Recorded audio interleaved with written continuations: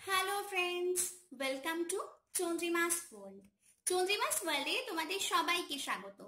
আজ নিয়ে এসেছি ঝটপট একটা ব্রেকফাস্ট রেসিপি, যেটা আমরা 5 মিনিটের মধ্যে বানিয়ে নিতে পারি। আমাদের সকালের ব্যস্ততায় এরকম রেসিপির কিন্তু ভীষণই প্রয়োজন হয়। এরকম রেসিপি আমার চ্যানেলে প্রচুর আছে, তোমরা অবশ্যই চেক করতে পারো। আজ আমরা বানাবো এগলেস অমলেট। তাহলে বুঝতেই পারছো, আজ কিন্তু আমরা ভেজ অমলেট বানাবো। তো রেসিপি দেখে নাও। রেসিপি ভালো লাগলে লাইক করো, কমেন্ট করো, তোমাদের মূল্যবান মতামত ডেসক্রিপশন বক্সে লিখতে পারো, এবং অবশ্যই কিন্তু আমার চ্যানেলটাকে মনে করে সাবস্ক্রাইব করে নিতে ভুলো না। চলো রেসিপি শুরু করি। এগলেস অমলেট বানাতে আমাদের লাগবে বেসন। আমি এখানে বেসন নিয়েছি হাফ কাপ। এখানে আছে হাফ চামচ বেকিং পাউডার, আর আছে পরিমাণ মতো নুন। এখানে আমি একদম ছোট ছোট করে পেঁয়াজ কুচি করে নিয়েছি, আর এখানে আমি দুটো কাঁচা লঙ্কা কুচি করে নিয়েছি।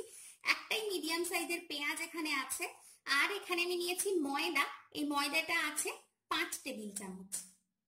তাহলে চলো এই সামান্য কিছু উপকরণ দিয়ে আমরা আজকে বানিয়ে ফেলি এগলেস অমলেট। এবং অমলেট গুলো ভাজবার জন্য আমাদের অবশ্যই লাগবে সাদা তেল। চলো এবার রেসিপি শুরু করি। একটা মিক্সিং বোল নিয়ে নিয়েছি, তার মধ্যে প্রথমেই দিয়ে দেব বেসন, আর আমরা দিয়ে দেব এর মধ্যে ময়দা, এর মধ্যে দিয়ে দিচ্ছি নুন আর বেকিং পাউডার। চাইলে সামান্য একটু চিনি কিন্তু দেওয়া যায়। এর মধ্যে আমি দিয়ে দিচ্ছি পেঁয়াজ কুচি আর কাঁচা লঙ্কা কুচি। এটা ভীষণই সহজ আর ইজি একটা রেসিপি, খুব তাড়াতাড়ি 5 মিনিটের মধ্যে রেডি করা যায়।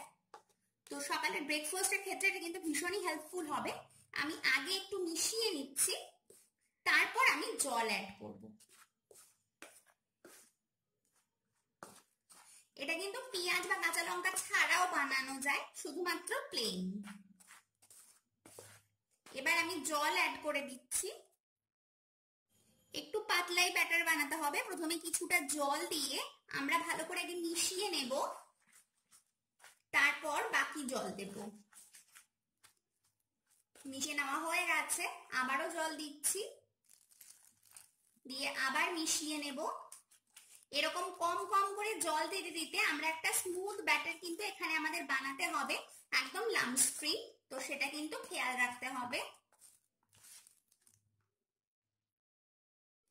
ব্যাটার আমার রেডি হয়ে গেছে। দেখো একদমই একটা পাতলা ব্যাটার এখানে বানাতে হবে, ঠিক কিন্তু করা যাবে না। তো দেখেই নিচ্ছ কতটা ভারী হবে ব্যাটারটা।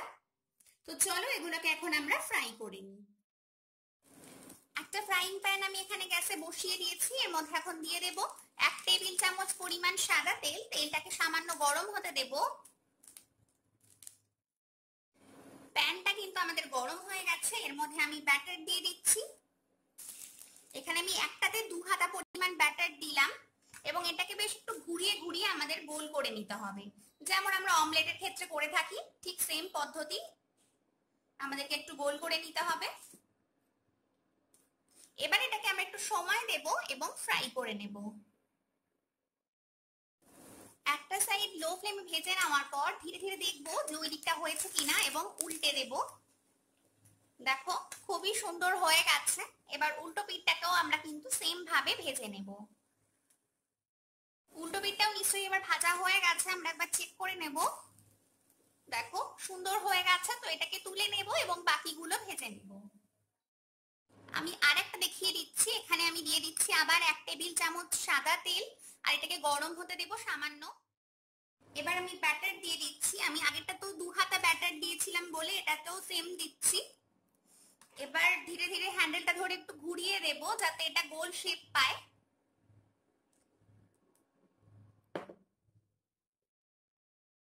মোটামুটি এটা গোল শেপ এসে যাওয়ার পর এটাকে আমি ফ্রাই করে নেব। তাহলে চলো এভাবে আমরা প্রত্যেকটাকে ফ্রাই করে নিয়ে ফিরে আসছি। আমি কিন্তু এখানে সার্ভ করে দিয়েছি এগলেস অমলেট। এখানে আমার 5টা অমলেট হয়েছে। দেখতেই পাচ্ছ, দেখতেই ভীষণ ইয়াম্মি হয়েছে। তো খেতে ঠিক কতটা ভালো হবে, বাচ্চাদেরও কিন্তু ভীষণ পছন্দের হবে। বাড়িতে ট্রাই করে দেখতে পারো, ভালো লাগবে। এবং রেসিপি ভালো লাগলে অবশ্যই লাইক করো, কমেন্ট করো, শেয়ার করো, এবং চ্যানেলটাকে সাবস্ক্রাইব করে নিতে একেবারেই ভুলো না।